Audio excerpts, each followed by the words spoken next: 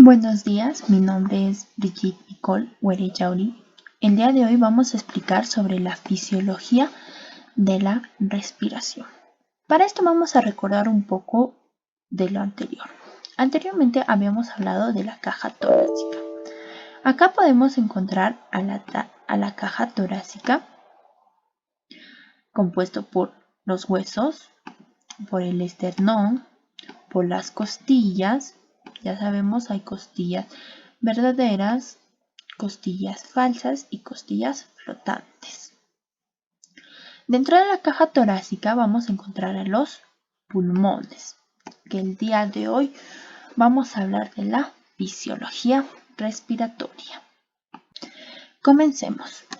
Vamos a comenzar con la ventilación pulmonar o la respiración.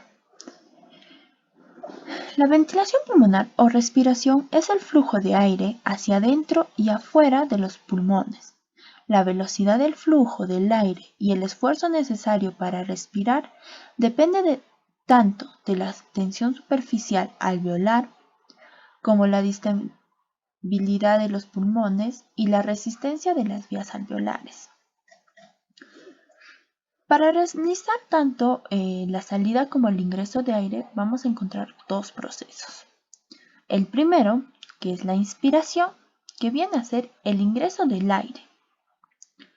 Para esto, la presión del aire dentro de los pulmones es igual a la presión del aire en la atmósfera. Pero se preguntarán, ¿cómo sucede esto? Para que esto pueda suceder, la presión dentro de los alvéolos debe ser más baja que la atmosférica. Solo se podrá lograr aumentando el tamaño de los pulmones. Para esto vamos a encontrar una ley muy importante, la ley de Boyle, que nos dice que el volumen de un gas varía inversamente a su presión. Bien, explicado ya el proceso de la inspiración, vamos a ver qué músculos intervienen en la inspiración. El músculo muy conocido, el esternocleidomastoideo, el pectoral menor, el intercostal externo. Va a intervenir también el serrato anterior como también el serrato posterior superior. ¿Ve? Como podemos observar en la imagen. Bien, explicado ya los músculos que van a intervenir en la inspiración, continuamos con el proceso de la expiración. La expiración viene a ser la salida del aire de los pulmones hacia el exterior. Si bien en la inspiración la presión del aire dentro de los pulmones era igual a la presión del aire en la atmósfera, en este caso la presión alveolar aumenta. Es decir, como sabemos, la presión atmosférica es 760 milímetros de mercurio. En este caso, al aumentar, va a aumentar a 762 milímetros de mercurio. Explicado ya la expiración, también hay músculos que intervienen en la expiración. Anteriormente tenemos al recto del abdomen, al oblicuo interno, a los intercostales internos y posteriormente tenemos al serrato posterior inferior. Recordemos que en la inspiración teníamos al serrato posterior pero superior. En la expiración interviene el serrato posterior inferior. Lo podemos visualizar en la imagen. Bien, continuemos. Bien, continuamos con volúmenes y capacidades pulmonares. Un dato importante en volúmenes pulmonares es que un adulto sano tiene 12 respiraciones por minuto y en cada inhalación y exhalación entran 500 mililitros de aire a los pulmones. Bien, empecemos con el primer volumen pulmonar, que viene a ser el volumen de ventilación pulmonar o de aire corriente. Viene a ser el aire movilizado en cada inspiración o expiración normal. Su valor es aproximadamente de 500 mililitros. El segundo volumen es el volumen de reserva inspiratoria, que es la cantidad extra de aire que puede inspirarse después de una inspiración normal. Su valor es aproximadamente de 3000 mililitros. El tercer volumen viene a ser el volumen de reserva expiratoria. Es el volumen adicional de aire que puede expirarse después de una expiración normal. Su valor es aproximadamente 1100 mililitros. El volumen de aire residual es el volumen de aire que permanece en los pulmones después de una expiración forzada. Su valor aproximadamente es de 1200 mililitros. Y el último volumen que encontramos es el volumen de respiración minuto. Es el volumen de aire que entra o sale de los pulmones en el lapso de 1 minuto. Esto lo vamos a encontrar mediante una fórmula, como podemos observar en la primera, que viene a ser que es igual al producto del volumen de aire corriente por la frecuencia respiratoria. Es decir, recordemos que el volumen de aire corriente es de 500 mililitros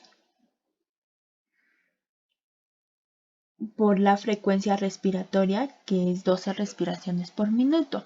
Al multiplicar 500 por 12 nos saldría 6000 mililitros por minuto. Ese vendría a ser el volumen de respiración minuto.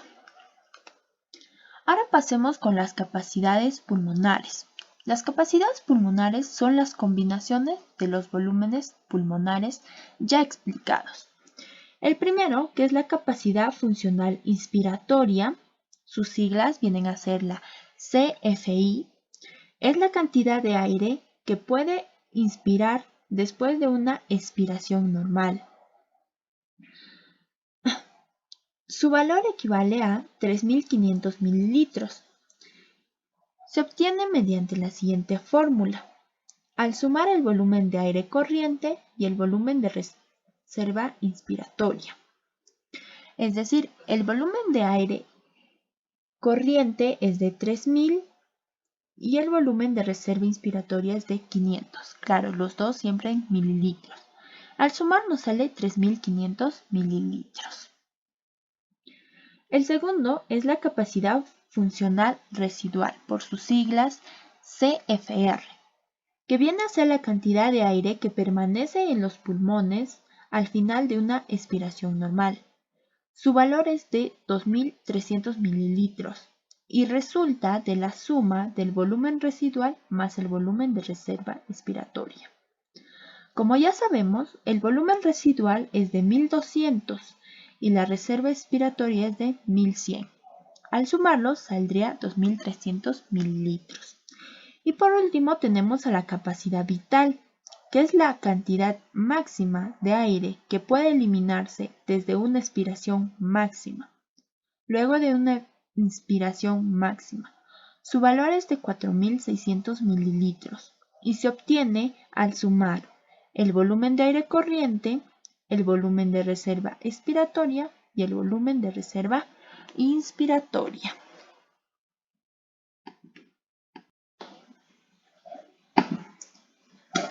Vamos a continuar con intercambio de gases. Acá vamos a explicar cómo podemos intercambiar el O2 por CO2 en nuestro organismo. Empecemos. Para esto tenemos que entender dos tipos de respiraciones que ocurren. La respiración externa o pulmonar, que viene a ser el intercambio de oxígeno y dióxido entre la sangre de los capilares pulmonares y el aire alveolar. Esto se va a producir gracias a la oxigenación de la sangre, es decir, La sangre poco oxigenada o sangre venosa es transformada en sangre oxigenada o sangre arterial. Todo este proceso se realiza mediante el transporte pasivo, es decir, los gases se difunden de la zona de mayor presión hacia la zona de menor presión. Continuemos con la respiración interna, que viene a ser el intercambio gaseoso entre la sangre de los capilares y los tejidos. Gracias a este proceso, la sangre oxigenada o sangre arterial se transforma en sangre poco oxigenada o sangre venosa. Es decir, la respiración interna es todo lo contrario a la respiración externa. Bueno, eso ha sido todo en esta ocasión. Espero me haya dejado entender en todos los puntos. Muchas gracias.